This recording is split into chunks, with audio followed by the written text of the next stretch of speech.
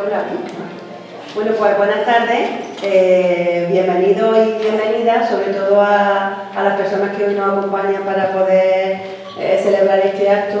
Nuestro agradecimiento infinito porque puedan estar aquí y podamos seguir trabajando este tipo de contenido con nuestro alumnado de bachillerato y, por supuesto, nuestros alumnos que van a estar muy atentos, que esto lo tenemos todos que recordar y saber para siempre. Le cedo la palabra a Pablo, que es nuestro organizador incondicional de este tipo de eventos y que está trabajando para que todo este tipo de contenido se desarrolle en nuestro instituto. Así que muchas gracias y le paso la palabra a Pablo. Gracias. Buenos días a todos y a todas. Ha llegado un momento que estaba yo esperando hace muchísimo tiempo y gracias a Cristina Fernández, por allí, presidenta de la asociación Stop Steiner Triángulo Azul, podemos tener un homenaje y recuerdo a aquellas millones de personas que murieron en condiciones infrahumanas simplemente por pensar distinto, rezar distinto, otra ideología, otro país. Y eso hay que recordarlo, para que no se repita. Y menos en los tiempos que estamos viviendo hoy día, que se están blanqueando todo tipo de fascismo y de dictaduras. Gracias, por supuesto, Alfonso, el alcalde, incondicional defensor de los derechos humanos, la democracia y la libertad, gracias por participar siempre en estas actividades. Gracias, por supuesto, Cristina, la asociación que yo pertenezco. Es un honor poder hacer manifestaciones de memoria y reivindicación de la dignidad del ser humano.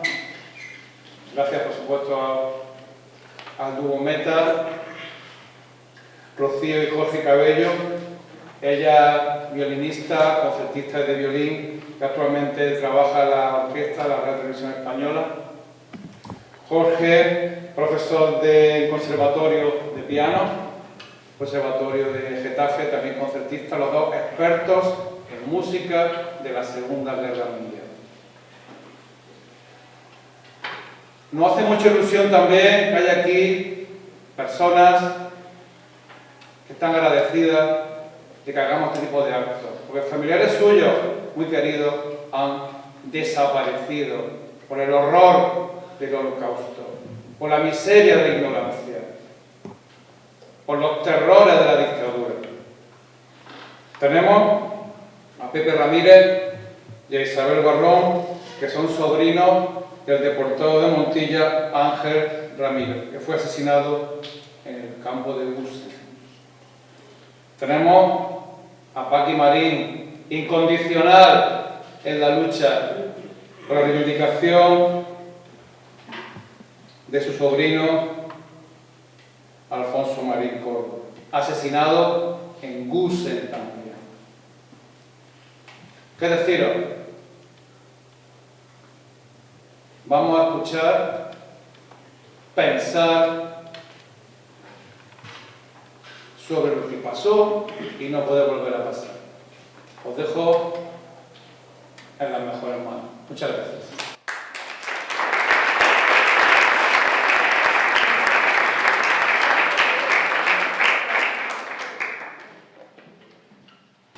Pues muchísimas gracias por esta presentación. Muy buenos días. Estamos encantados, felices de estar hoy aquí. Queremos dar las gracias a todas las personas que lo han hecho posible, sin duda al instituto, a los profesores, a las profesoras, a todas las personas que, bueno, pues han puesto su granito de arena para que nosotros hoy podamos compartir con todos vosotros y vosotras esta charla en la que queremos sembrar un poquito una semillita que cree un poco de esperanza y de futuro. Quiero que os sintáis completamente libres de preguntar lo que queráis, incluso aunque yo esté hablando, podéis levantar la mano y preguntar si os surge alguna duda, si lo que yo esté comentando os sugiere hacer alguna pregunta. Quiero que tengáis la libertad completa de decirme, Rocío, ¿por qué esto o por qué lo otro? ¿Vale? Y nada, quiero contaros qué hacemos hoy aquí, ¿vale? ¿Por qué estamos hoy aquí? Somos dos hermanos. Él es Jorge, yo soy Rocío, como bien ha dicho dicho Pablo. Y bueno, pues empezamos nuestro camino como músicos. Con apenas 5 y 7 años empezamos a tocar el violín y el piano.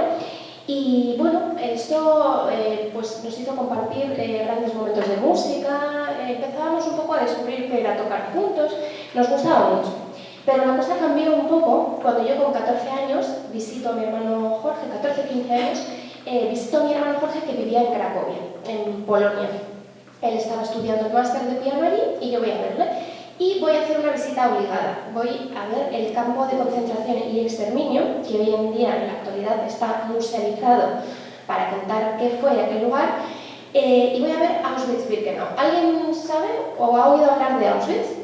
Si alguien sabe, que levante la mano. ¿Alguien ha oído hablar de Auschwitz? ¿Nadie? Vale, importante entonces la charla de hoy. Pues yo voy a ver este centro, el mayor centro de exterminio de personas creado en la Segunda Guerra Mundial por la Alemania nazi. Auschwitz-Birkenau, a 60 kilómetros más o menos de Cracovia. ¿Situáis Cracovia, en Polonia? Pues bien, ahí voy yo y una semilla crece en mí, porque veo la fotografía de una orquesta y digo, vamos a ver, no entiendo nada. Una orquesta en un campo de exterminio. No entendía nada. Es muy difícil entender, ¿no? Una guerra y música. Nadie suele, si nos dicen la palabra guerra, que se nos viene a la cabeza. O Segunda Guerra Mundial. ¿A alguien se le viene a la cabeza algo que tenga que ver con la Segunda Guerra Mundial? Sí. Destrucción. Destrucción, exactamente. ¿Alguien más que diga algo que yo digo Segunda Guerra Mundial? Muerte. Muerte, totalmente. Pero se nos viene a la cabeza música, ¿verdad que no? Pues eso es lo que vamos a hablar un poco hoy aquí. El papel fundamental que jugó la música durante la Segunda Guerra Mundial, ¿vale? Entonces, vamos a empezar con una obra precisamente compuesta por mi hermano Jorge, que se titula Dla Bohaterów Getta y va dedicada a los héroes del gueto de Cracovia, donde Jorge vivía. Espero que os guste mucho y va dedicada a esos héroes.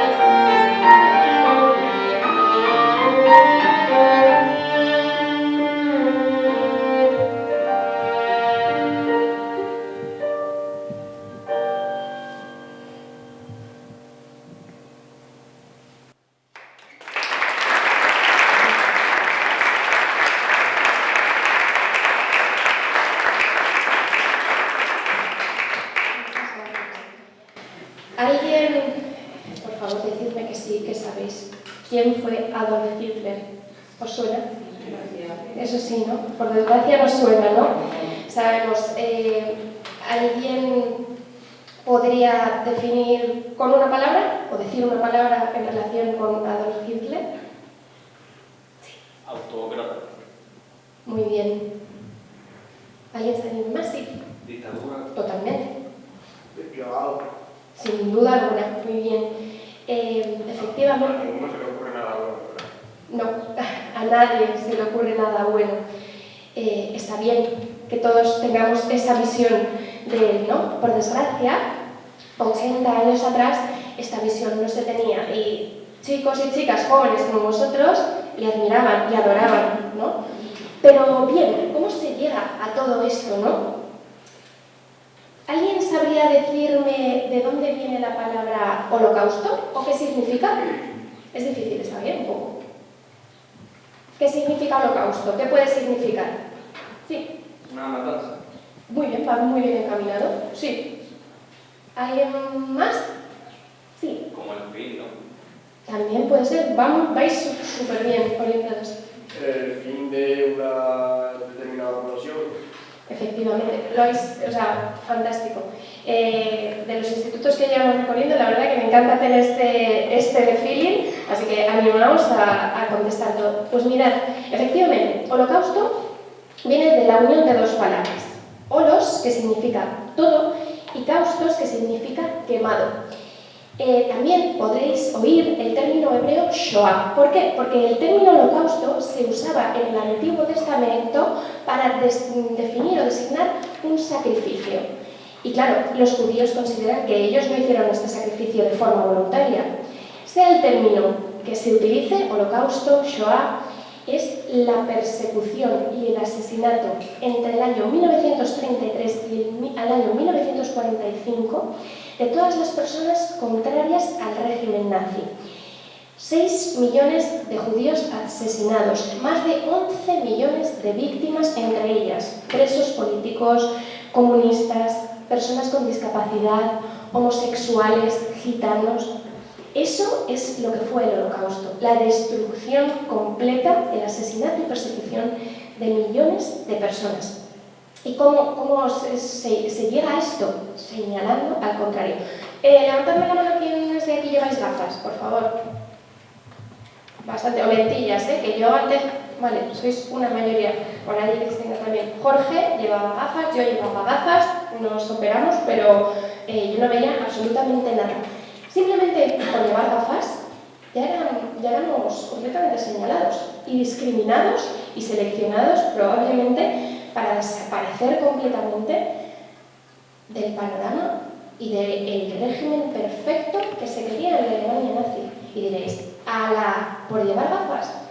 Esto que veis en la pantalla son toneladas de gafas que se conservan en el Museo Estatal de Auschwitz-Birkenau, en Polonia, el que os decía al principio.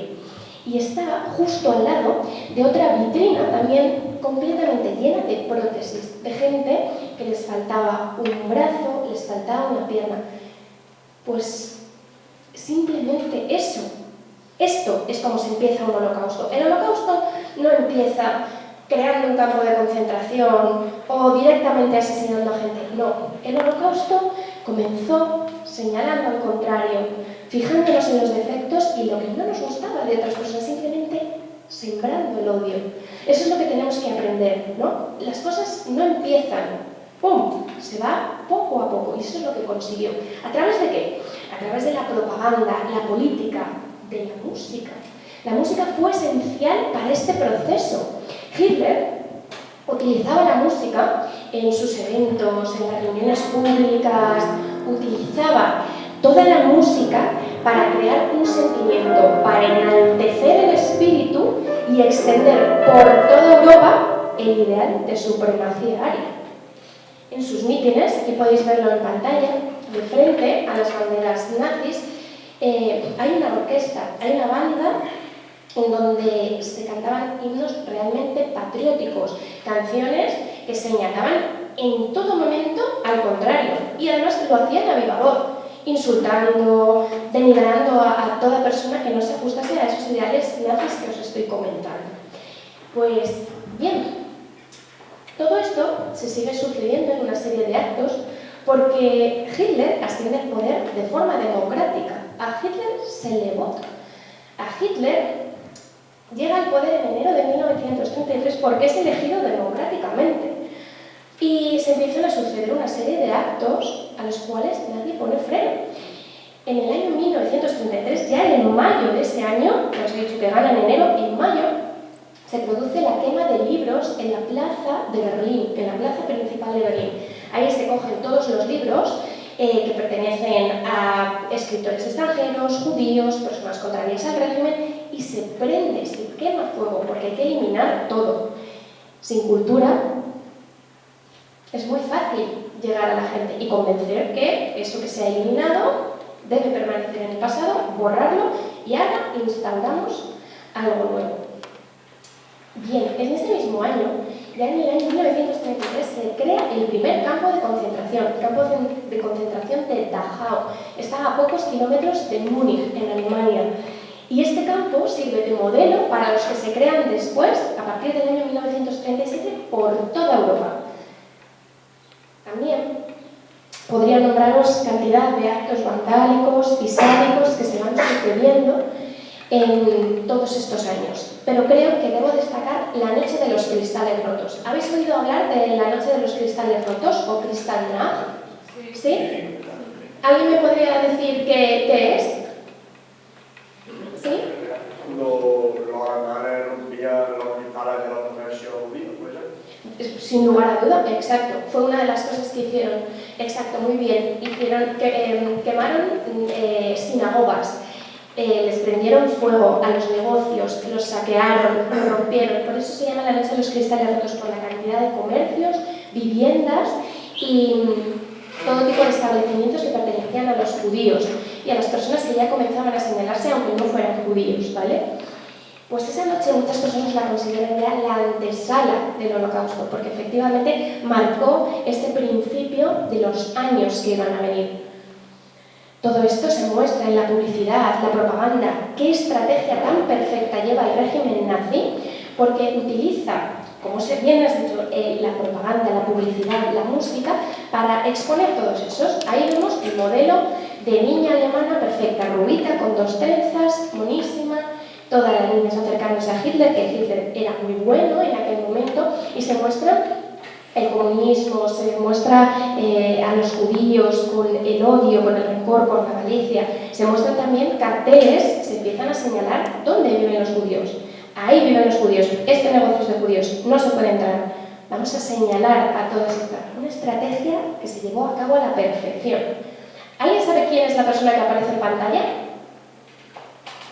Este hombre levantando el dedo. ¿Os suena? ¿O al menos algo? ¿No? Él es... ¿sí?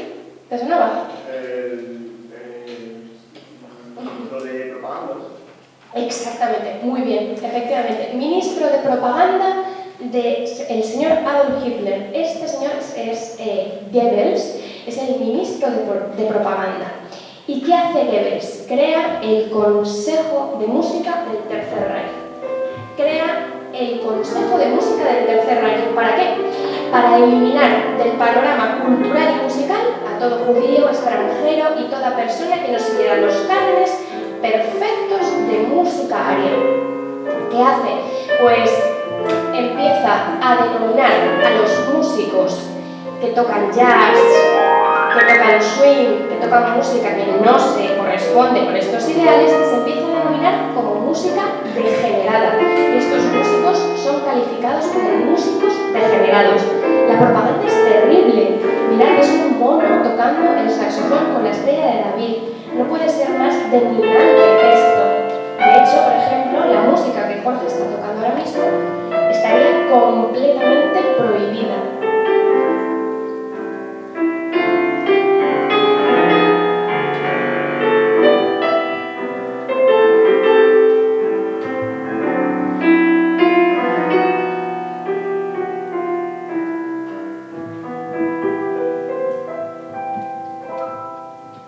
Tristemente, todo esto acabaría en la creación de los guetos y los campos de concentración y exterminio.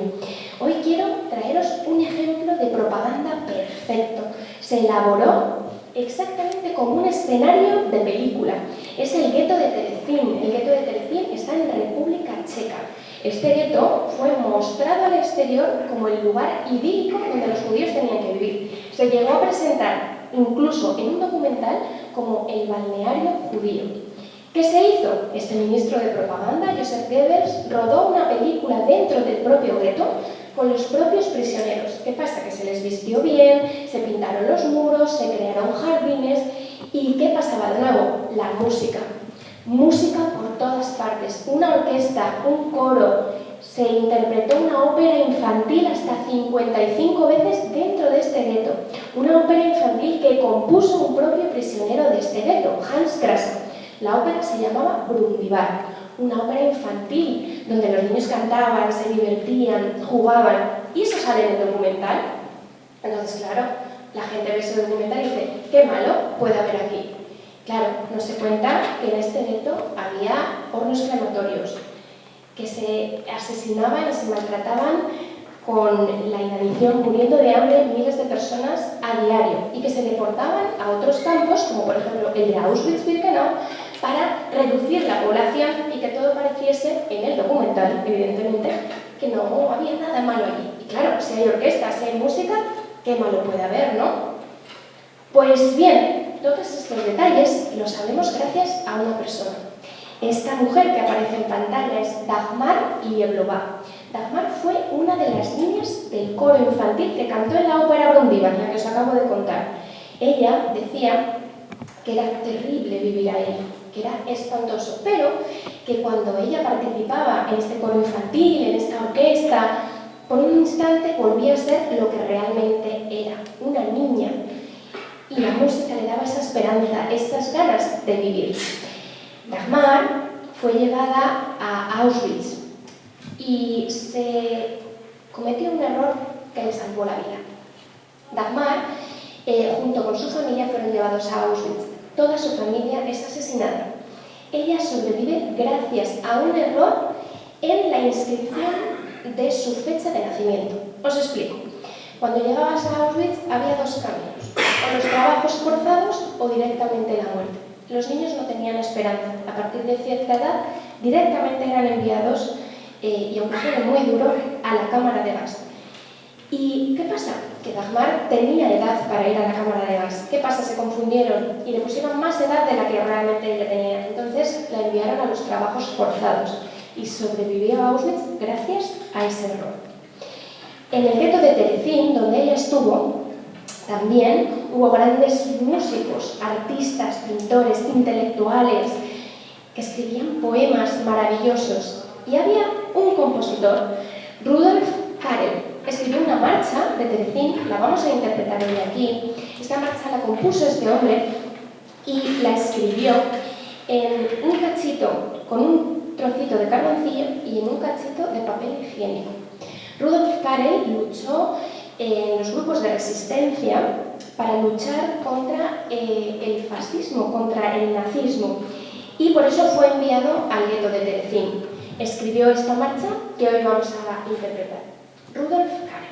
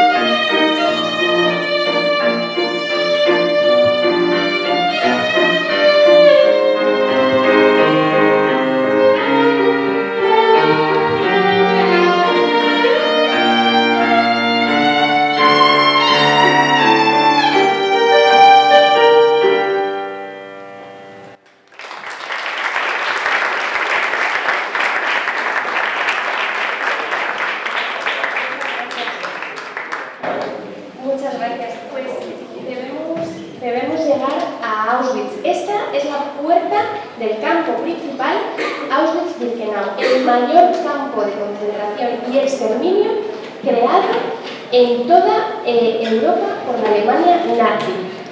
Se calcula que más o menos entre 1.200.000 y 1.300.000 personas fueron asesinadas solamente en este campo. ¿Y qué función tenía la música aquí? Os voy a explicar. Había una orquesta que tocaba en este campo. Es la fotografía que yo me fijé. ¿Os acordáis que os contaba que yo había ido a visitar a mi hermano Jorge, que entré en este campo y vi una fotografía que era de una orquesta? Pues sí. Y empecé a investigar y dije, una orquesta en un campo de exterminio. ¿Qué función tenía? Bueno, había una orquesta, tocaba en la puerta principal, esta puerta principal que habéis podido ver aquí. Al principio esta orquesta estaba formada aproximadamente solo por unos 30 músicos. Un año después, en el año 1941, un año después, la orquesta aumentó hasta 120 músicos. ¿Por qué creéis que aumentó tanto? De pasar de 30 a 120. Había más gente aquí. Efectivamente, toda la lógica del mundo, eso es. Muy bien, claro, aumentaban las deportaciones en ese campo, la población hacinada en ese campo de exterminio aumentaba, con lo cual el número de músicos también. Por suerte, el pertenecer a la orquesta te daba alguna esperanza o posibilidad de sobrevivir. En el Holocausto y en los campos de concentración y exterminio se apreciaba también en qué podía ser útil. Luego también Cristina os hablará de esto. Pero, ¿en qué podía ser útil? Pues los músicos eran útiles. ¿Por qué? Porque todo esto viene de atrás, como os venía contando. La propaganda, la política, la organización, el orden. La música era fundamental para eso. ¿En qué funcionaba aquí en el orden la música? Pues bien, la orquesta tocaba marchas militares en la entrada de esta puerta principal para la salida y entrada de todos los prisioneros que salían a realizar los trabajos forzados fuera del campo. Los prisioneros debían marchar en filas de 5 y así los SS y los guardias del campo iban contando rápidamente. Iban marchando a una velocidad tremenda, con un simple pijama de rayas. Os suena el pijama de rayas, ¿verdad? Y unos juegos de madera. Imaginaos, un tropiezo, una caída, algún mal gesto significaba grandes castigos, incluso la muerte. ¿Qué hacía la orquesta? La orquesta intentaba ayudar a sus compañeros y ralentizaba el ritmo del paso para que pudieran caminar un poco más despacio y así ayudar de alguna forma al resto de sus compañeros. La salida a los trabajos forzados era realmente dura, pero el regreso tenían que regresar cargando con otros compañeros que venían desfallecidos, de trabajar en unas condiciones completamente extremas.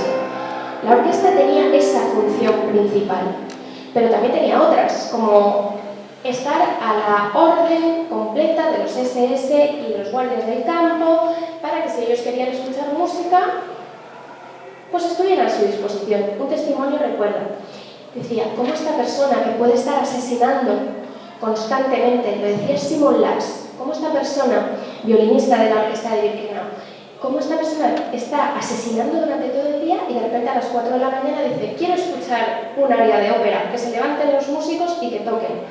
Y ese guardia, ese SS, lloraba mientras escuchaba música. ¿Tenían algo de humanidad? No lo creo, pero era increíble. Ese testimonio decía, impresionante, lloras escuchando música, pero no lloras mientras estás matando gente. La orquesta también daba conciertos los domingos. Mirad, en esta diapositiva pequeñita se ve que van vestidos de blanco. Se ve un poco mal porque la fotografía es de archivo de hace muchos años, de 1942 es esta fotografía, y los prisioneros van vestidos de blanco. Y están ofreciendo un concierto los domingos para los familiares y amigos de los SS del campo. ¿Qué querían mostrarle a su familia? Otra vez, política, propaganda y estrategia. Vamos a mostrar a nuestra familia que en este campo no hacemos nada malo, que en este campo hay música y tenemos una orquesta bien vestida con su uniforme, bien limpios, aseados. Mientras se ofrecían estos conciertos, que podían durar 5 o 6 horas, todas las SS y sus familiares disfrutaban de su suculentas comidas, mientras los músicos tenían que tocar en este lugar. Ese traje blanco lo lucían entre la casa del comandante de Auschwitz, Rudolf Höss, y los crematorios. ¿Alguien de aquí toca algún instrumento? ¿Sí? ¿Qué tocas? La trompeta. ¡Hola, qué guay! Y, sí, por ahí. El violín. ¡Ah! ¡Hola, compi! Pues ya es difícil tocar un instrumento, ¿eh? Vosotros que sabéis lo que es, ya es difícil. Imaginaos pues, cuando tocamos, ¿no? Que muchos veces nos dicen, venga, toca en público. Oye, da muchos nervios. Pues imaginaos en aquel lugar, ¿no? Entre la casa del comandante, que sabéis que era la persona más cruel y sanguinaria del mundo, y el destino que tenían muchos de los compañeros, que eran esos hornos crematorios. Ese era el difícil contexto en el que tocaban estos músicos. A lo largo de todos estos años de investigación que llevamos, hemos podido conocer más de 30 supervivientes, personas que sobrevivieron al Holocausto y que nos han contado de primera mano todas esas historias que hoy, dando pinceladas, os puedo transmitir, alguna de ellas. Y claro, les preguntábamos, porque la gran mayoría nos contaban todo con mucha paz, con una tranquilidad y una sonrisa en la cara. Obviamente cuando nos contaban las historias tristes no sonreían, pero luego siempre eran muy amables con nosotros y nos preguntábamos ¿cómo es posible que esta gente pueda tener tanta paz después de todo lo que ha pasado? Y la mayoría de las respuestas siempre era la misma. Decía, no odiando, no guardamos rencor. Hay una superviviente que tiene ya bisnietos y decía, esta es mi venganza contra Hitler. Esta es mi venganza, asesinaron toda mi familia, pero ahora yo tengo hasta bisnietos. Y tenían esa felicidad y esa lucha. Entonces, hoy queremos dedicarle la siguiente obra, que es un tango que se interpretó en el campo de concentración de Auschwitz-Birkenau. Un tango que se tocó para, de alguna forma, entre compañeros, ayudarse y animarles a través de la música, porque la música también fue eso. Se utilizó durante el régimen nazi como política, propaganda, estrategia, burla, tortura, todo lo que hemos visto. Pero también la música fue utilizada como símbolo de supervivencia, de paz, de por un instante olvidar aquel infierno donde estaban. Y esto es lo que hizo este tango. Mientras tocaban esta pieza, algunos prisioneros se evadían, volaban de aquel lugar y se imaginaban bailando tango. Tocamos el tango de Auschwitz.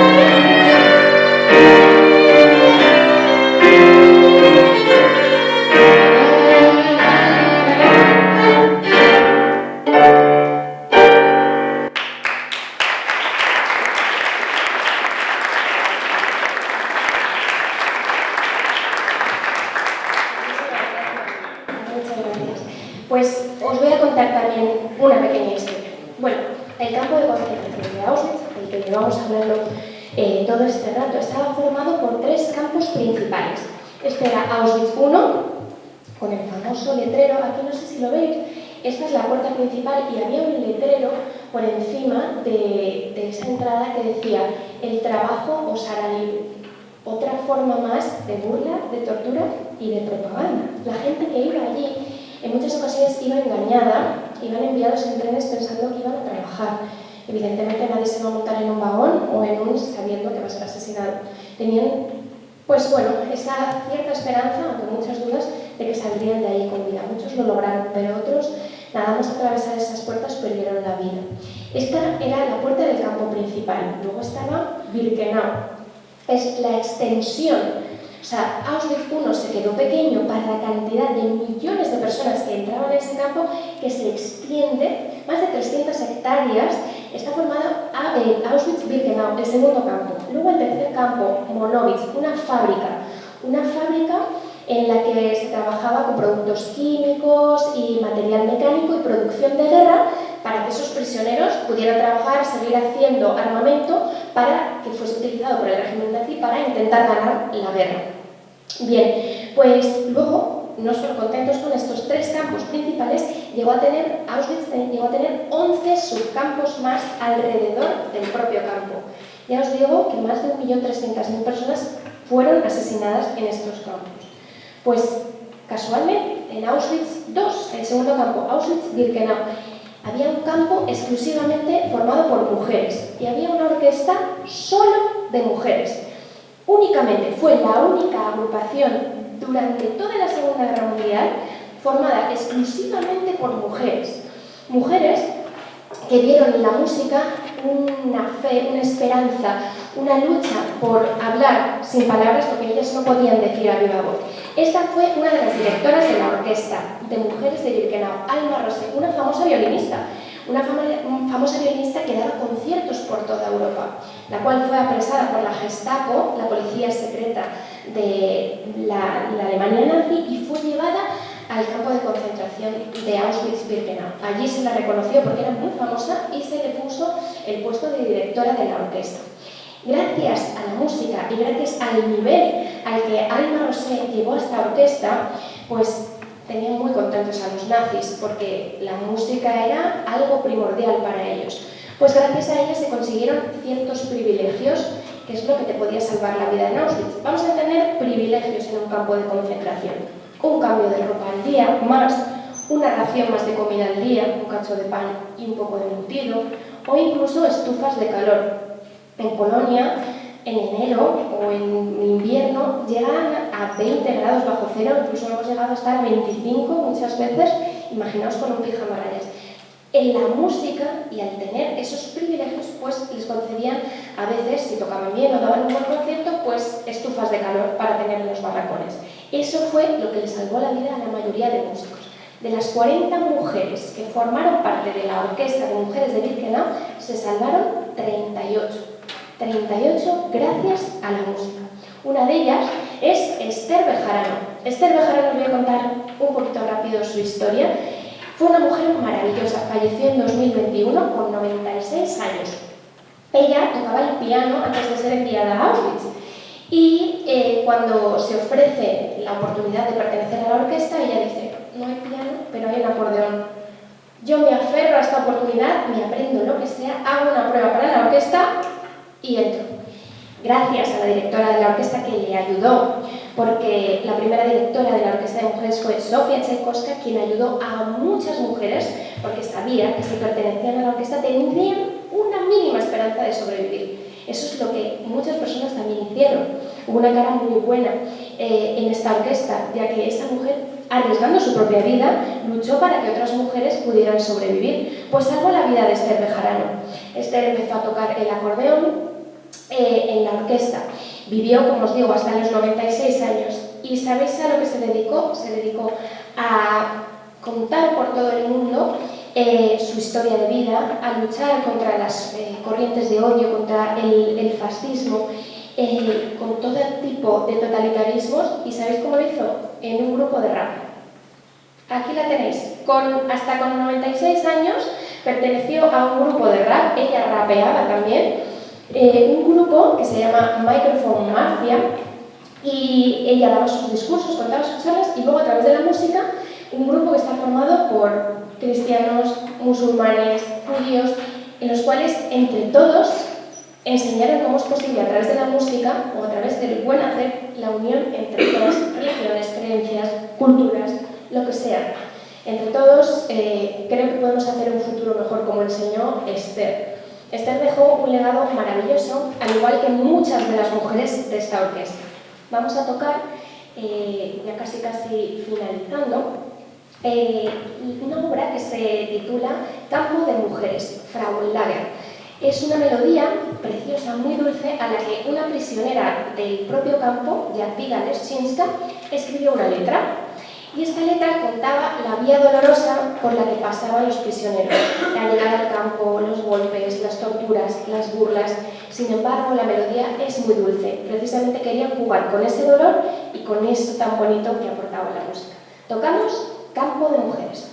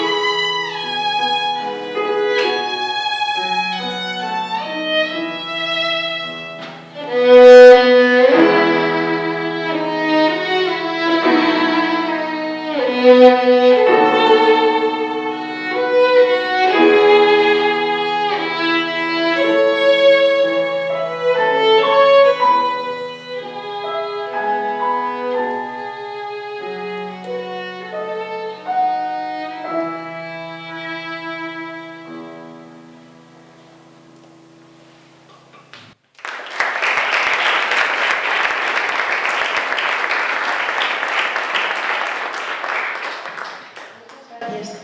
33 españoles estuvieron en Auschwitz, 33, 17 lograron sobrevivir. También hubo judíos sefardíes, que son los descendientes de los judíos expulsados de la península ibérica en 1492. La persona que aparece en pantalla es Annette Caveli, era judía sefardí, y era muy gracioso porque cuando la oías hablar hablaba el judeo-español, el ladino.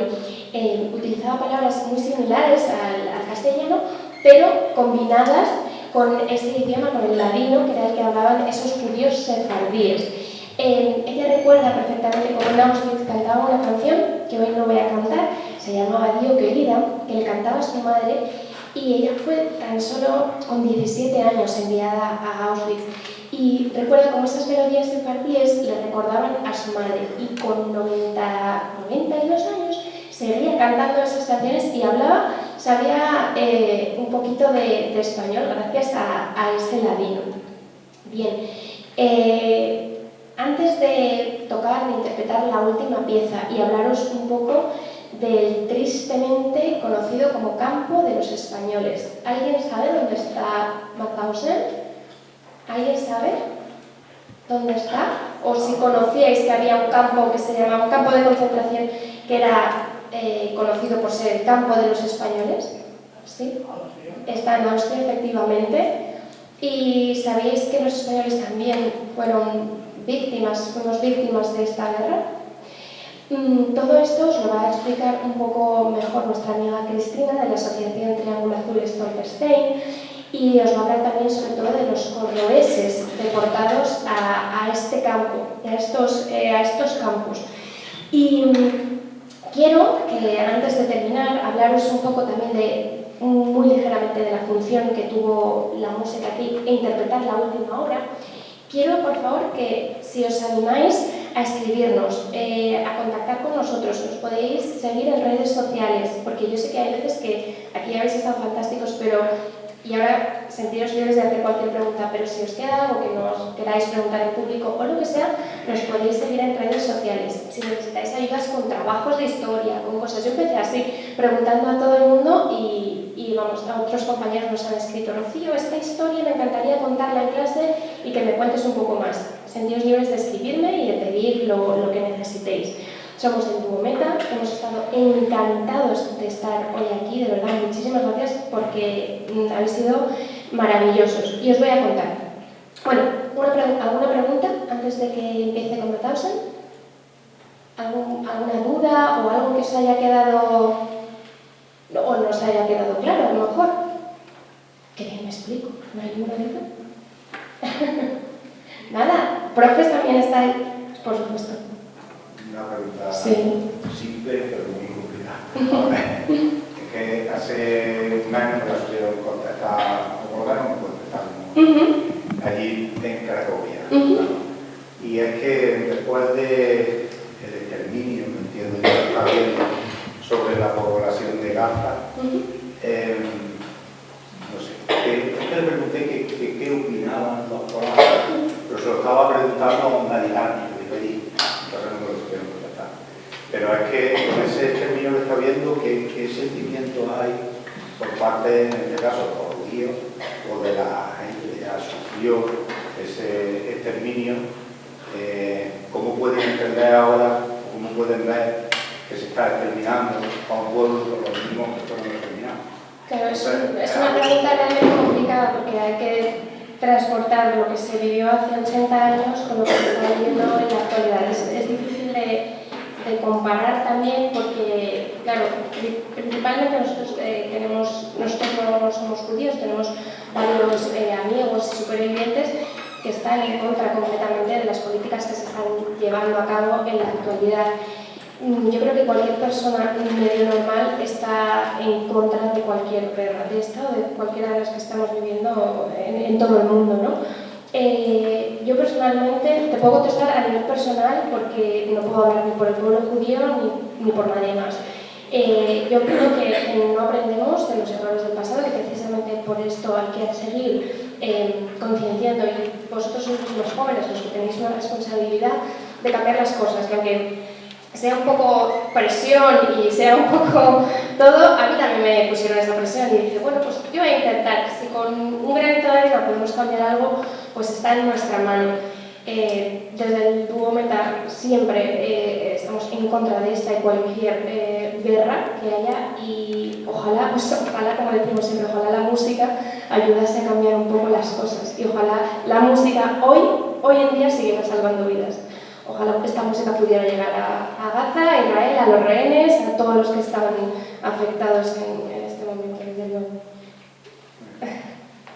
No sé si tenéis alguna pregunta. Pues os voy a contar que este campo, conocido como el Campo de los Españoles, también tuvo una orquesta, incluso músicos españoles como el clarinetista Antonio Terres. Antonio Terres fue parte de la orquesta, y la orquesta tenía la misma función que en Auschwitz, de acompañar la salida y entrada. La música en Mathausen, tras la liberación, que se produjo el 5 de mayo de 1945, 5 de mayo de 1945, la música tuvo un papel fundamental, que fue el de animar y el de conmemorar a todas esas víctimas que sufrieron el horror nazi y el horror de esta barbarie, y sobre todo a esos españoles. Desde aquí queremos rendir homenaje a todos los españoles con una pieza que compuso Jorge en memoria de todos aquellos españoles. Voy a leer un texto, mientras por favor pido que suban los alumnos que me van a ayudar con la pancarta, Y voy a leer el texto que se titula Los valientes españoles y vamos a interpretar esta pieza.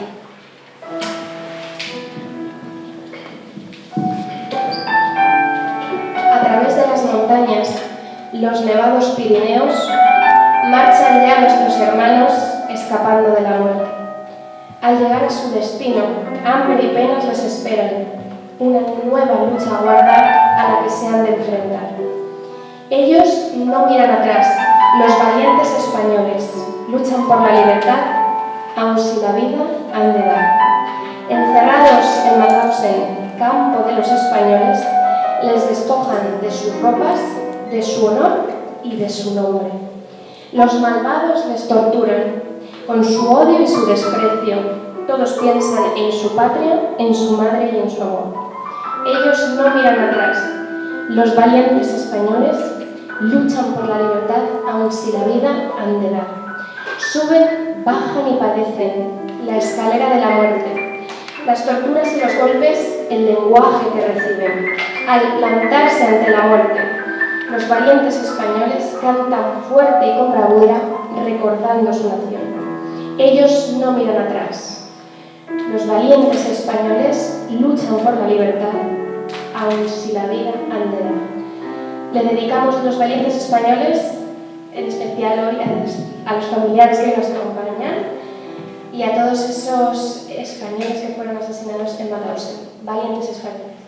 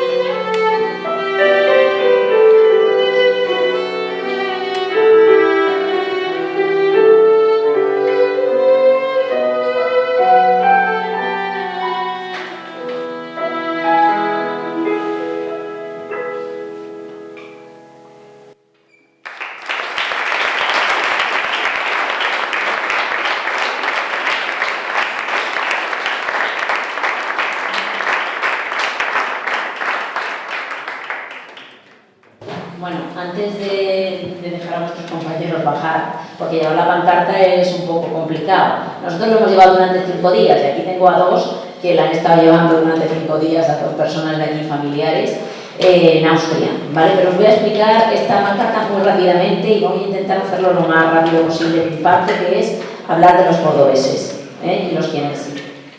En esta pancarta podéis ver, en esta pancarta están los 352 nombres de los cordobeses y los 231 nombres y hay de la provincia de Jaén. Con esta pancarta se han acercado mucha gente allí en Austria, que eran franceses la mayoría, que al ver Córdoba, sobre todo de Córdoba de Jaén, yo por lo menos no tuve la presencia, que preguntaban, oye, que mi abuelo, que mi padre era no sé qué, y la buscaban aquí y realmente se ponían a llorar, bueno, él, yo y todo el mundo. Entonces, esta pancarta lo que ha querido representar es la misma pancarta que llevaron los españoles, esa pancarta en este fondo. ¿Veis? Dice, los españoles antifascistas saludan a las fuerzas liberadoras. Esta fue la pantalla que recibió el 5 de mayo del 45 a las fuerzas liberadoras, que en este caso eran los americanos. Eran los españoles que hicieron esa pancarta. Nosotros lo que hemos querido hacer es una pancarta de los antifascistas de ahora, ¿vale? Por eso son gente muy diversa, niños, bebés, ancianos, personas con el pelo de un color, de otro, jóvenes, mayores, de todos los colores, ¿no? Hemos querido cambiar las banderas americana y rusa por las europeas, ahora mismo son las que nos representarían, ¿de acuerdo? Y sobre todo aquí los nombres de Córdoba y los nombres de Jaén. Bueno, pues con esta pancarta hemos estado 5 días recorriendo todos los distintos subcampos de Austria y dando a conocer a los cordobeses y a los jienenses, que todo el mundo se ha quedado muy claro quiénes son. Además, os voy a poner un trozo de la ceremonia, porque la única biografía que se leyó en alemán, aunque abajo aparece traducido al inglés, fue de un andaluz y fue de un cordobés, de Fuenteovejuna, Eugenio Sánchez Rivera, que además su hijo estaba con nosotros allí, tenía 90 años y subió esa escalera, 186 escalones para arriba y para abajo, que ellos llevaban 7 veces al día con una piedra de 40 kilos, él con 90 años lo subió. Y este señor que tiene 83, ¿verdad, Pepe? También lo subió y lo bajó, porque dijeron, si lo han subido mis familiares, ¿cómo no lo voy a subir yo? ¿De acuerdo? Para que vosotros veáis. Ya podéis dejar la mano, si quieres. Gracias. Bueno, yo voy a hablar de 2 cosas. Uno de las mujeres, ¿vale? Y otro de lo que es la memoria democrática. ¿Podéis cerrar eso, por favor? Las mujeres. Hubo mujeres en los campos de concentración, lo ha comentado Rocío, no en Auschwitz, sino también en Mauthausen, que era el campo de los españoles, en Austria. Ahí tenéis algunas de las mujeres que pasaron por allí. La que está situada abajo, María Antonia Benítez Duque, es de Jaén, de la Carolina. Antes de llegar a Mauthausen estuvo en un campo que se le llamó el campo de Ravensbrück, que era el campo de las mujeres. Bueno, el horror nazi es igual para todos, seamos hombres o mujeres, pero en el caso de las mujeres sufrían una serie de torturas espantosas, ¿no? Entre que eran conejillos de indias, a los SS, a los nazis les encantaba hacer experimentos con las mujeres, sobre todo con todo lo que tenía que ver con el aparato reproductor. Muchas de las supervivientes quedaron estériles, no pudieron tener hijos nunca. Pero no solamente eso, sino que también ejercían de una manera obligada la prostitución, y aquellas que se quedaban embarazadas y llegaban a término los niños, si era rubio y con ojos azules, lo mismo tenían suerte y ese niño iba a una familia nazi. Pero si no, lo que hacían es que delante de ella, recién nacido, lo metían en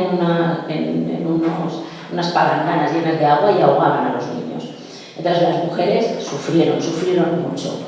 Estas mujeres, la mayor parte de las españolas, eran de la zona norte, de Cataluña, de Zaragoza, del País Vasco. Andaluzas hubo pocas. Estas ahí tenéis alguna, como la sevillana, Carmen Zapater, o la jienense María Antonia Benítez. ¿Por qué creéis que no hubo tantas andaluzas en los campos de concentración? Y sí muchas catalanas, por ejemplo.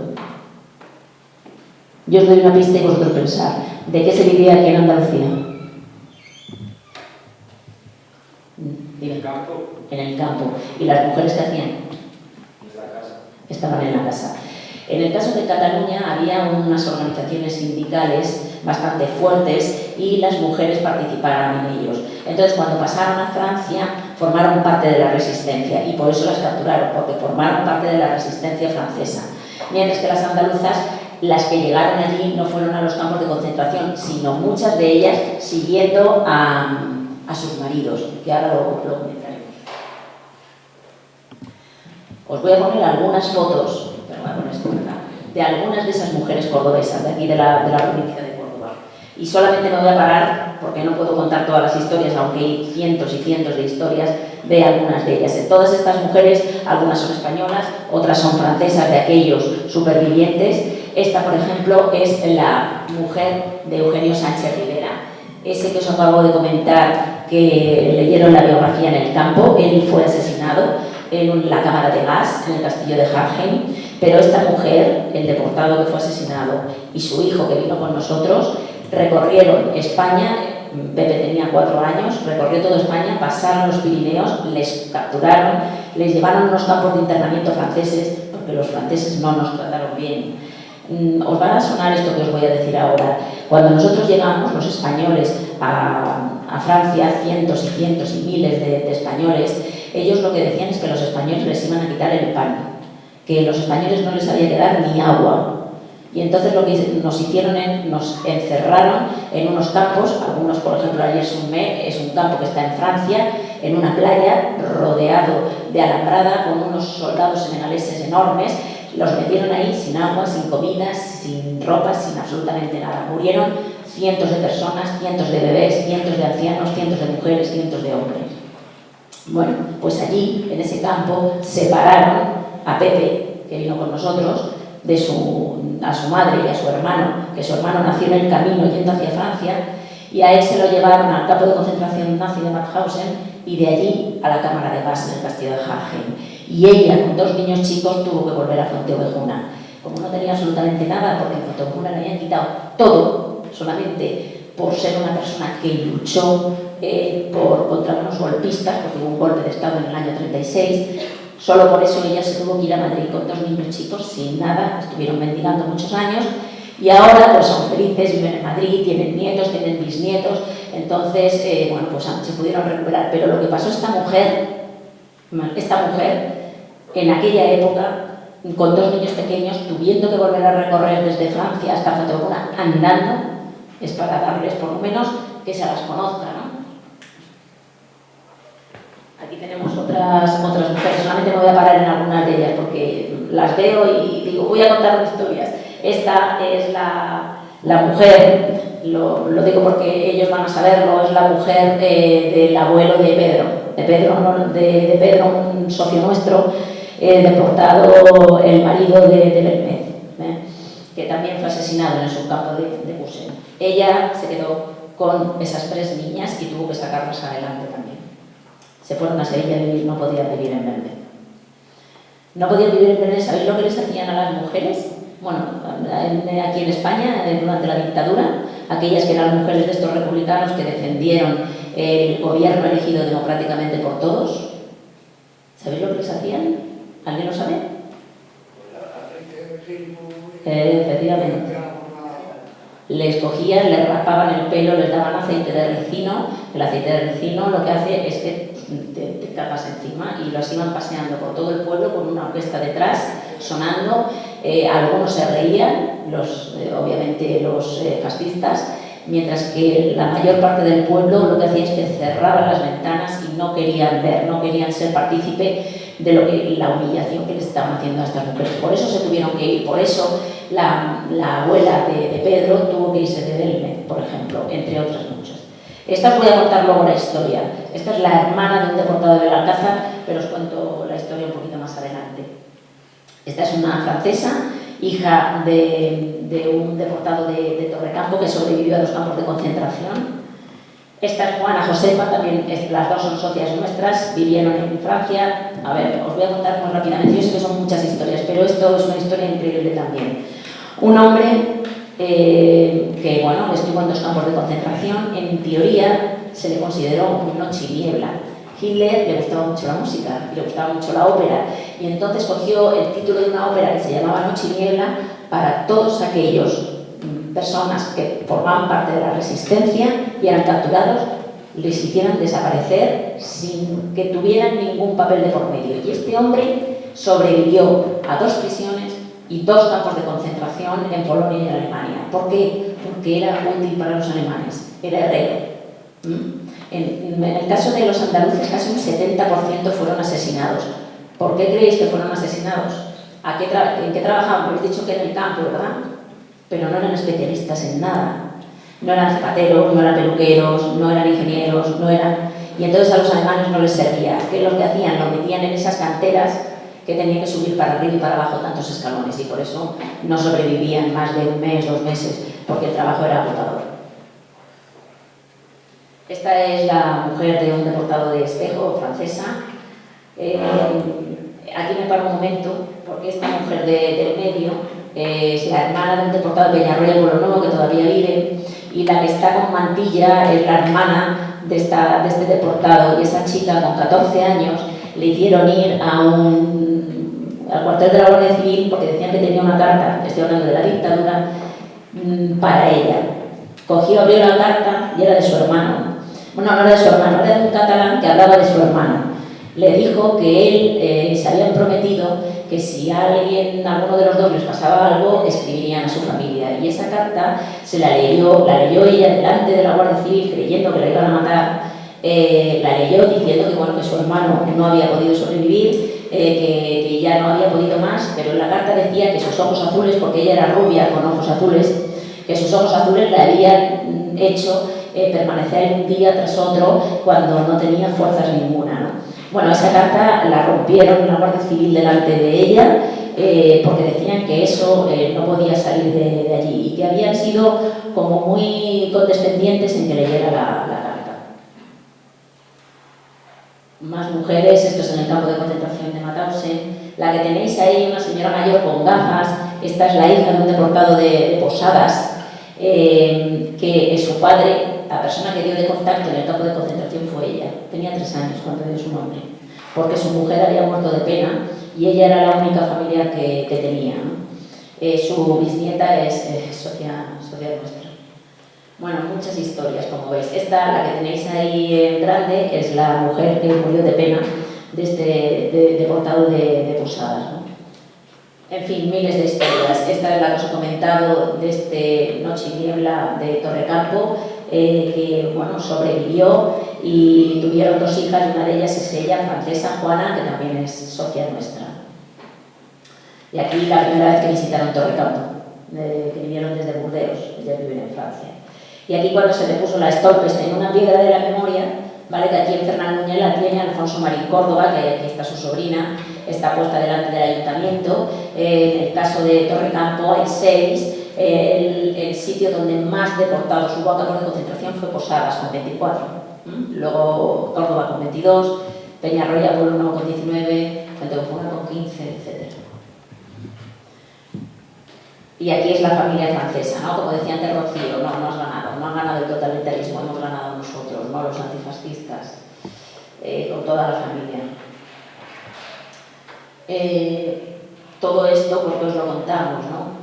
Esto forma parte de unos dibujos, los mismos dibujos de la pancarta, hecho por un dibujante de un cómic, Pedro Colombo, y hemos hecho una guía que también está aquí en el centro. Lo que queremos es 4 cosas. ¿Verdad? Justicia, reparación y que no vuelva a ocurrir algo parecido. Es lo único, no hay ni rencor, ni odio, ni violencia, ni nada contra el diferente. No, nada de eso quieren los familiares. La verdad, contar las historias, lo contaron los supervivientes. Estas 3 personas hasta el último segundo, hasta el último aliento estuvieron contando las historias.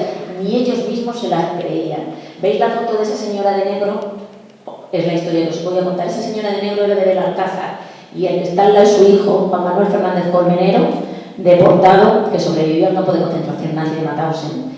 Con 40 kilos que terminó, se quedó a vivir allí en Austria, formó una cooperativa con los españoles que estaban allí en Austria y trabajó en la cantera en la que estuvo a punto de perder la vida.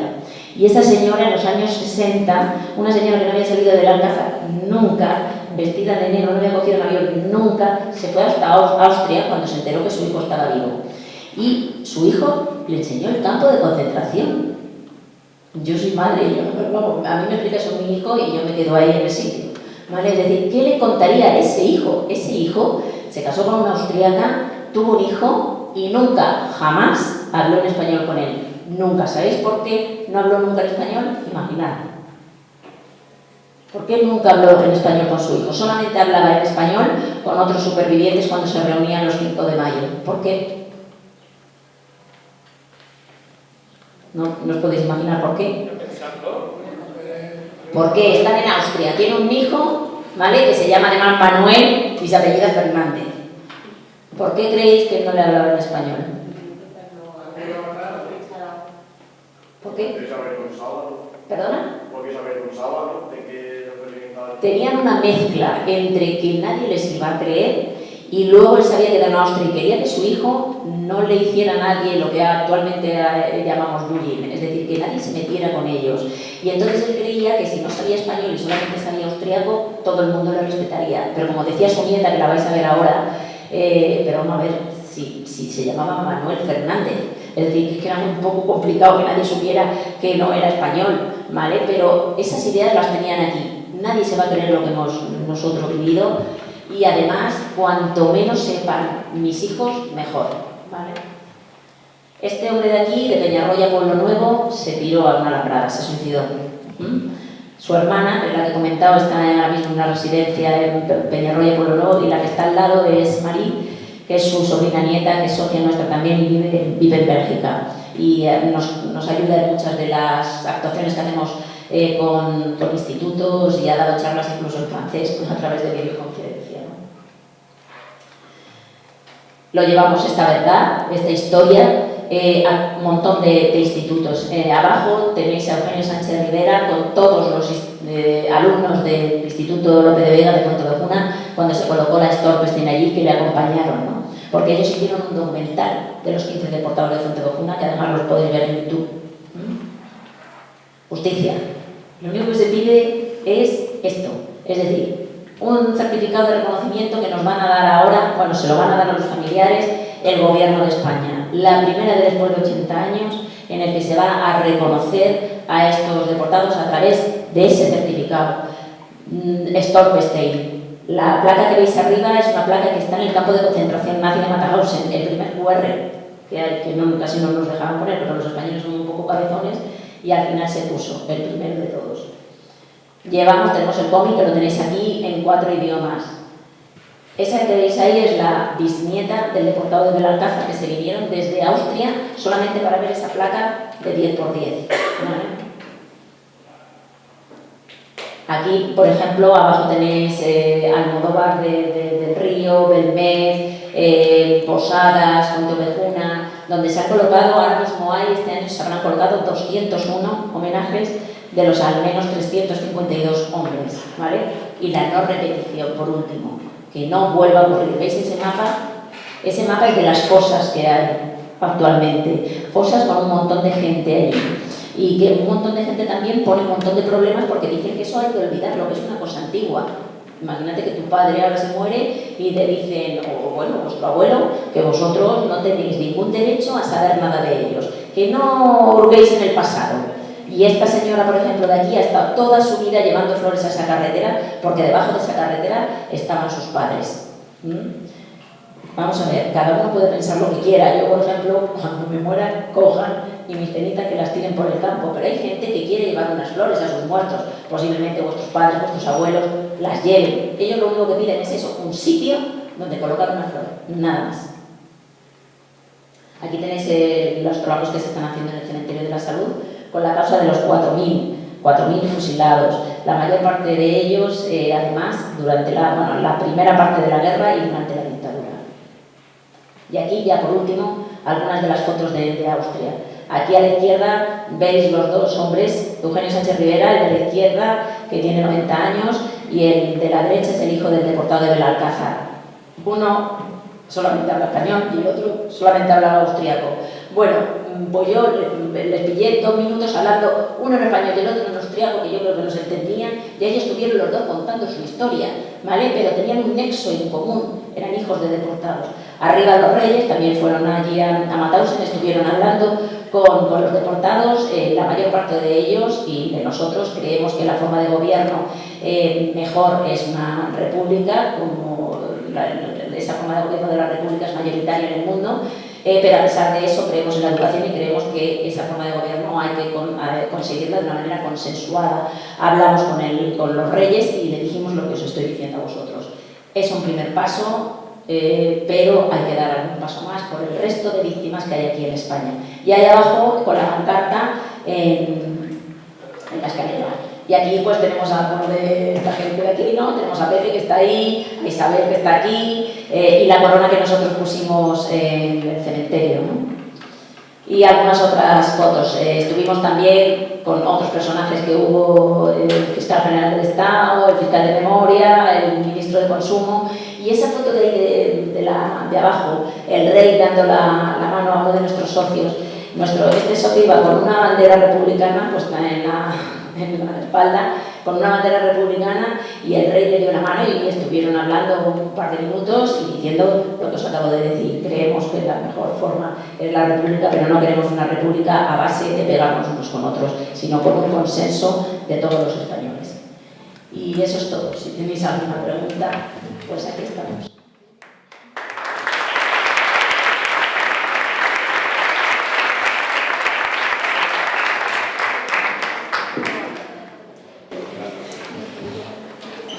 Muchas gracias, Cristina. Yo creo que es un buen momento para que hagamos un pequeño turno de preguntas, de debate, de sensaciones, emociones. ¿Estáis preparados para ello? Sin duda, la verdad. ¿Qué quiere decir algo? ¿Qué habéis sentido con la primera parte del acto? Con la música y la historia. Venga, Lola. Yo la verdad es que con los pelos de punta, porque quizás que lo que yo estoy escuchando ahora, lo he escuchado antes, sufriendo de esa forma, para la verdad que la verdad es muy importante. Gracias, Lola. Muy bien. Víctor. Empatía. Empatía. Muy bien. ¿Qué más? Alfredo. Yo, aparte de empatía, curiosidad e interés. Era una cosa que ha pasado en el pasado y creo que hay que recordarlo. Muy bien. Patrick. Escalofrío. Cierto. Venga, un poquito más.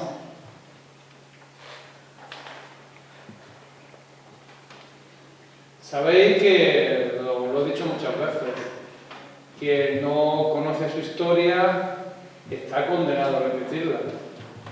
¿De quién depende que esto no se repita? ¿De quién? De todos y todas, pero sobre todo de vosotros y vosotras que estáis ahí. Que sois los que ya no votáis, lo haréis. Que sepáis lo que os vende, lo que no. Que no puede haber nada por encima de los derechos humanos fundamentales. ¿Cuál es el derecho humano fundamental más importante? La vida. Uno puede pensar, rezar como quiera, venir donde fuera, sentir como quiera, pero porque hay que denigrarlo, discriminarlo, amenazarlo, agredirlo o matarlo. ¿Por qué? La intolerancia es uno de los peores aspectos del ser humano.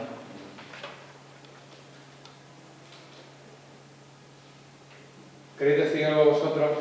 Vosotras las que estáis ahí, que habéis que seguís sufriendo el dolor de la pérdida. ¿Queréis decir algo? Sí, la música me ha parecido espeluznante, porque es pero lo que se dice con ella.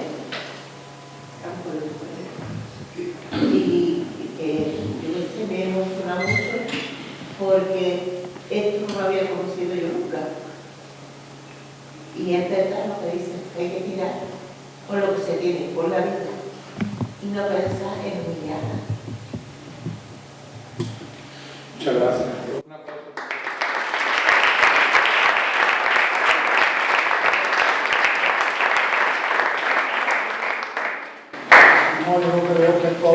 actos que se estáis celebrando muy importantes para que la gente joven se vaya conociendo, porque muchos a lo mejor esto no conocían, y a través de ustedes, y que se vaya divulgando y que en el instituto de la colegio que se vaya fomentando estos actos. Muchas gracias. Como veis, en un campo de concentración no se libraba a nadie. Hombres, mujeres, niños, niñas, personas ancianas, personas con algún tipo de discapacidad, solo por ser distintos, solo por pensar de otra manera, solo por otra tendencia sexual, por rezar de otra manera. Imaginad, por ser de otro país, de otra ideología política. Y eso puede volver a ocurrir. Hay partidos políticos que van poco a poco metiéndoos en vuestra mente esa idea de odio al distinto. No olvidemos, hay países de Europa donde está ganando la extrema derecha, que son los que defienden estos ideales. Podemos estar de acuerdo con ideología de cualquier tipo, si eso da igual, pero los derechos humanos es algo que no se puede cuestionar, que todos y todas somos iguales en dignidad, en derechos y en obligaciones. Si queréis, lo que vamos a ver ahora son un par de minutos. La ceremonia allí en Mauthausen, por los 80 años de la liberación, fueron países de toda Europa. Y la comitiva española empezó por los reyes y vamos siguiendo todos detrás.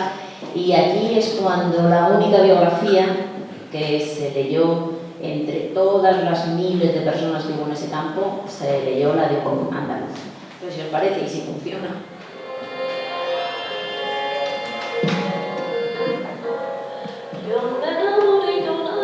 Ahí era ese cementerio donde están las cenizas de gran parte, no de todos. Y entonces fueron pasando, en este caso la comitiva española, como no eran los españoles, por la S, así que fuimos al final del todo. Creemos que fue un gesto, un primer gesto, esperamos que haya más, ¿no? Pero bueno, hablando con él, la verdad es que conocía bien la historia y conocía bien el manifiesto de los supervivientes de Mauthausen, ¿no? Lo cual es de agradecer. Ahí van distintas personalidades, el ministro de Consumo que estuvo ahí, el fiscal general del Estado, la fiscal de Memoria Democrática, estuvieron ahí. Esa bandera que veis ahí con la S es la MICA de Mauthausen, que es la organización a nivel internacional que formaron la primera los supervivientes del campo. Y ahí veis, tenéis las banderas republicanas. Ahora aparecerá también nuestra pancarta, ¿no? Esta persona que lo sujeta es el secretario de la MICA, Isidoro Teruel, que es catalán. Bueno, aquí había miles de chicos de vuestra edad, miles, de todos los países del mundo, que habían venido con sus diferentes institutos. Und am 26. März 1907 in Cuenca, Fuerteventura, Córdoba, Spanien geboren und weigerte sich, dem Putschaufstand unter der Führung einer Gruppe faschistischer Generäle im Jahr 36 zu unterwerfen. 3 Jahre lang kämpfte er für die Verteidigung der republikanischen Demokratie. Y en febrero del 39 tuvo que irse a Francia porque había ganado el golpe de Estado, ¿no? Pasó por varios campos de concentración en Francia, estuvo en una compañía de trabajadores extranjeros de la Cámara Francesa intentando parar la invasión alemana.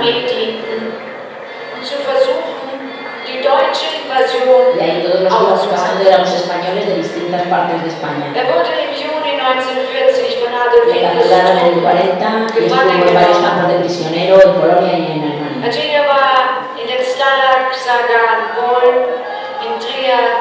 Deutschland inhaftiert. Von Trier wurde er nach De Mauthausen allí de verlegt. Mauthausen, el 25 de enero del 41, le pusieron un número, le raparon el pelo, le pusieron un triángulo azul como este, os voy a explicar ahora aquí el número. Ya no era Antonio Sánchez Rivera. Tendremos dictadura para largo. Seguiremos luchando para obtener la libertad y la democracia, para poder votar libremente. Ja, Eso es lo que dijo Antonio Sánchez Rivera a su mujer cuando estaba en la cárcel. Wir werden leider noch lange eine Diktatur haben. Ya Aber vamos wir a werden ver, weiter für Freiheit und Demokratie allí hay kämpfen, tres supervivientes al damit lado de wir la alle cárcel, los únicos que frei quedan. wählen können. Y ahora sigue pasando toda la política española, como veis, estos son las banderas republicanas, la bandera catalana. ¿Veis la gente joven que hay? Había muchísima gente, además haciendo distintos trabajos, iban preguntando a distintos supervivientes. Claro, todos los españoles cuando veían a alguno de nosotros iban directos, porque en español es más fácil que en inglés o en francés, ¿no? Pero muchos, miles de chicos jóvenes. Y ahí ya vamos nosotros. Hay una pancarta grande, la de delante somos nosotros. Este es Eugenio Pepe, el que tiene el triángulo, esta misma, el triángulo azul, con 90 años.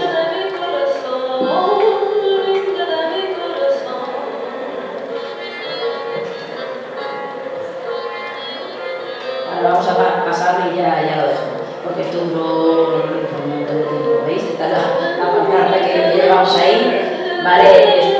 Estos somos nosotros, ahí están todos familiares, la bisnieta, nietos, sobrinos. Manuela, que es francesa, pero vive en Málaga, de una nieta de una señora. Bueno, pues todos pasamos por ahí, depositamos un ramo de flores con la bandera. Todos los que tienen este pañuelo son nuestros. Todos estos. El de las gafas es Pepe. Este es un superviviente. Que tiene ya cerca de 100 años y no se nos vive loca.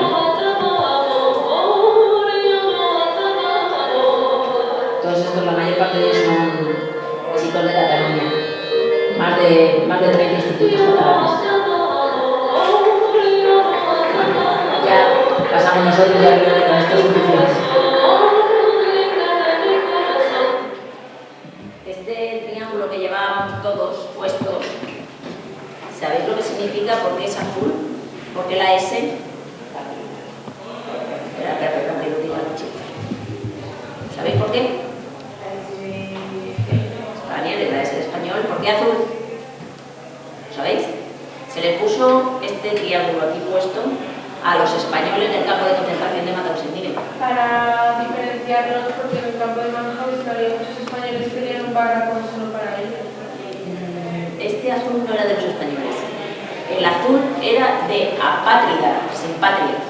¿Por qué? Porque cuando estaban todos en Francia, todos esos españoles, cuando se produjo la invasión de los alemanes, le dijeron al gobierno de Franco: oye, que aquí tenemos muchos españoles, ¿qué hacemos con ellos? Y lo que dijo fue: esos no son españoles, podéis hacer con ellos lo que queráis. Por eso le pusieron este triángulo azul que es de apátrida y la S de español. Eso es, no los consideró españoles. Podían matarlos, eso es lo que dijo Franco en aquel momento, y por eso llevaban el triángulo azul. En los otros campos, como Dachau, Buchenwald, Auschwitz, etc., llevaban uno rojo, de preso político. Todo el mundo estaba señalado. Los homosexuales tenían el triángulo invertido de color rosa, los gitanos de color marrón, los asociales de color negro, la estrella de David de los judíos que conocéis, y en los españoles de Mauthausen, el triángulo azul invertido con la S.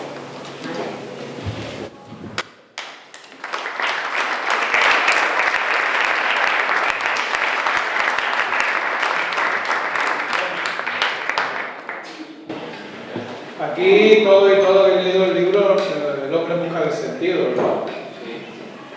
Y todo esto lo sabe ya de alguna manera, ¿no? Lo que significa vivir en un campo de de exterminio. Fijaros, campo de concentración o campo de exterminio. ¿Para qué se va a un campo de exterminio? Para ser exterminado. O aprovecharse de los que están allí para trabajos durísimos. El campo de Mauthausen, si os saca una foto se ha visto, había una cantera, se ha hablado de ella, ¿verdad? Y había, ¿te acuerdas cuántos escalones había? 186 escalones que tenían que subir españoles, judíos, comunistas, homosexuales, demócratas. En los campos de concentración todavía había gente de derechas, pero gente de derechas alemana que no creía en Hitler.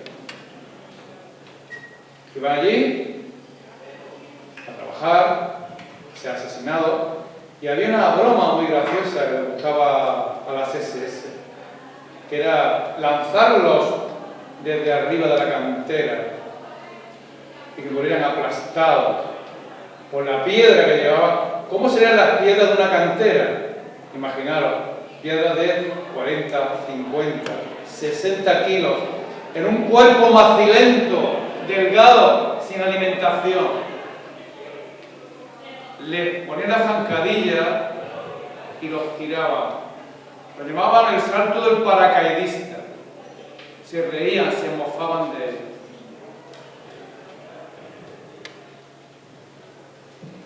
Eso está ahí. Eso lo sabíais antes de conocerme a mí y todas las historias que siempre os cuento, ¿lo sabíais? ¿No? Pues eso existe, eso ha existido. Pero no quieren que recordemos estas historias. Eso es el pasado. Lo que he dicho antes, si no recordamos el pasado, puede volver a ocurrir. Lo que hemos dicho antes de las víctimas. La guerra es atroz. Muere muchísima gente, muchísimos inocentes.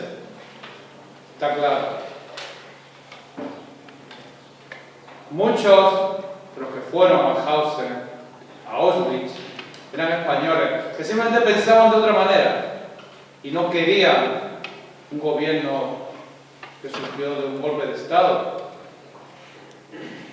de un alzamiento de la clase política, de la clase oligárquica, con grandísimo apoyo de la Iglesia Católica en aquella época.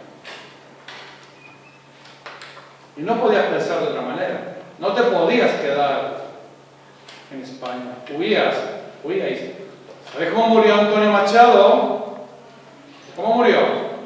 ¿Dónde murió? ¿Dónde? Venga a decirlo. ¿Quién lo sabe?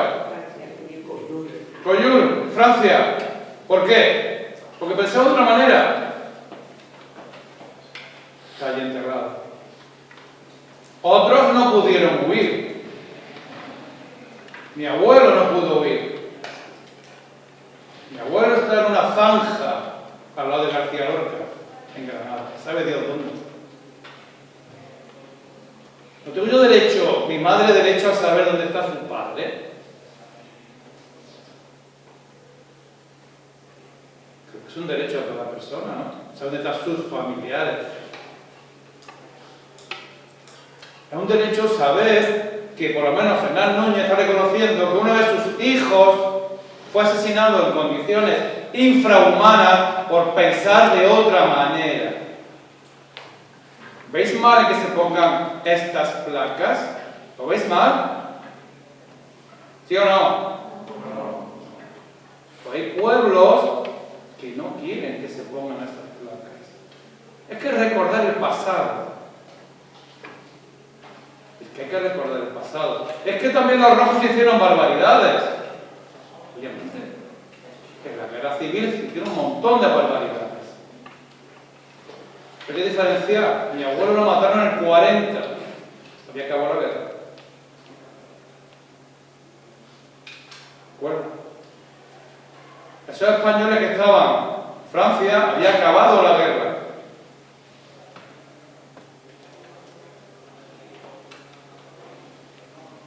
¿Y qué se les dijo? No sois españoles. Nadie te puede quitar la nacionalidad. Es un derecho fundamental. Y se la quitaron. Por eso es muy importante que recordemos todo esto. Y si alguien intenta blanquear cualquier tipo de fascismo, Alemania nazi, Italia fascista, franquismo, España. Ojo, el estalinismo de Rusia, que Putin no deja de ser otro zar u otro Stalin haciendo lo mismo que hacían antiguamente ellos, exterminando a población. ¿Qué pretende estos gobiernos? Cuestionando la democracia. ¿Qué está pasando en Estados Unidos con Donald Trump? ¿Qué está haciendo Israel? El pueblo va a salir. Y también pensar en Gaza quién gobierna. Ojo. Vamos a ver. Que no es la Madre Teresa de Calcuta. Vamos a ver. Es un grupo también ultraortodoxo religiosamente hablando. O sea, pero la población muere a diario, hombres, mujeres y niños. Pensad eso. El auge de la ultraderecha, de los radicalismos, son muy importantes, tenéis que pararlo. Y por las redes sociales, le hemos hablado un montón de veces, lo que ocurre es que os llega toda la información. Como no tengáis filtro, os creéis que la que hablo diga algo de verdad. Tened muchísimo cuidado con eso. Ayudamos un poco, habla un poquito, no lo yo siempre, anda. Es que yo todo lo valoro, ya lo sabéis, vuestras intervenciones. Venga, decía algo. ¿De qué os ha servido esta charla? Perder 2 horas de clase, vale, ¿qué más? Venga, decir algo. Lola. Para abrir la mente y saber más lo que está pasando. Abrir la mente. No vuelva a pasar lo que ocurrió. Víctor. Para no cometer los mismos errores. No cometer los mismos errores. ¿Qué más? Venga, ¿alguien más? ¿Os ha gustado la charla? Sí. A ver, nada más que a 3, ¿os ha gustado la charla? Sí. Ahora sí. Quiero deciros que tanto Rocío como Jorge han dicho de vosotros y vosotras que soy el mejor instituto en el que han estado siempre. Y esta charla la han hecho en infinidad de centros, no solo de Andalucía, hasta de Hispanoamérica. Solo compara con un centro, estuvieron en Costa Rica, que se unieron un centro judío y un centro alemán. Y fue genial, igual que esta charla. Lucía. Que a mí la charla de verdad que me ha servido para, sobre todo para conocer a gente que es capaz de dar voz a personas que no han podido darlo por sí. Gracias, Lucía. Muy bien. Claro que sí. Así que, si os parece, vamos despidiendo el acto. Yo me quedo con vosotros aquí hablando de lo humano y lo divino, ¿vale? Y despedimos con un aplauso.